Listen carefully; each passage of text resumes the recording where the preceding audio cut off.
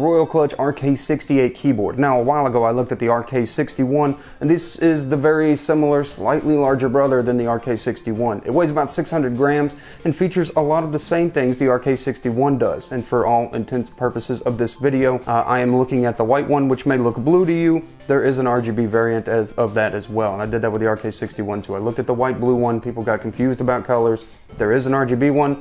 This one is not the RGB one in this video. Keys, that is not necessary here. They found a way to implement the arrow keys without taking up several other keys. So while it's a little slightly larger, the arrow keys are ready to go. That way you can scroll through websites, things like that. Most people use a mouse, but it was nice to know that the RK61, there are no riser feet on this one either. There are 4 rubber feet on the bottom that help it hold the desk, and it does have a pretty hefty weight. It is mildly heavier than the RK61, but kind of right there in that same hefty weight class for its size. Royal Kludge. Also, I have the brown switch RK68 keyboard, and I'm fairly confident that these are all still Otimu switches. However, without a direct answer from them, I'm not really sure they are branded RK. They've got the 2 prongs and they can be hot swapped. Now, they do give you tools in order to remove the keycaps, but it's probably because it's a little bit better for the keycaps so that you're not scratching them up.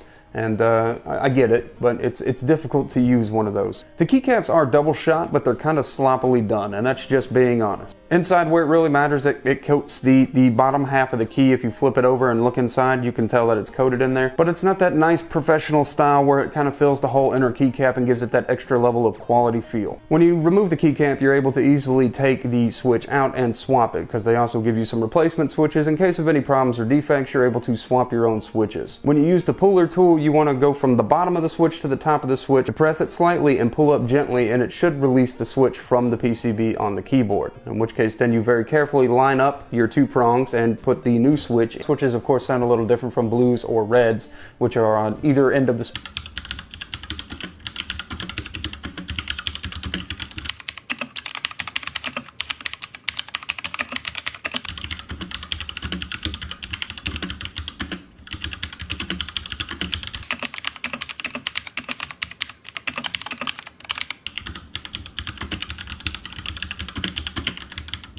variant. It does feature all of the function control modes, which I'll kind of show throughout this video, of the different lighting effects that it has applicable to it. One thing to note too that some people got confused about in the past, if you have the on switch on and you're trying to just go wired mode USB, the keyboard may not respond to you, and that's because you need to turn the Bluetooth mode off in order to use the wired mode. Once you've turned Bluetooth mode off, the wired mode will take effect. Same problem persists here as it did in the RK61. They left that red charging light under the space bar. I'm not really sure why they are so adamant about it being there. It's ultimately not a huge deal, and there are ways of disabling that light, but at risk of damaging your keyboard. So this keyboard, in such a small way that makes such a big impact, there's definitely a lot of similarities to the RK61. I would say that if I were going to recommend one of the two to somebody who was looking for a smaller form factor keyboard, it's going to be the RK68, and mostly just because of the fact that the arrow keys are already enabled right away. You don't have to function swap anything around in order to use your arrow keys. That's kind of a big thing to me, so that's probably what I would base my recommendation on. And the fact that it comes in multiple switch flavors, so if you're somebody that likes quieter switches and less tactile switches, then you can have that opportunity here. I almost forgot to mention the cable. I don't know if you've ever had an iPhone cable, how it's kind of that soft, almost rubbery feeling material, and how they get really kind of gross over time. This cable is USB Type-C to the back of the keyboard, almost dead center in the very back of the keyboard, to USB Type-A to the PC at 6 feet long. It's pretty nice.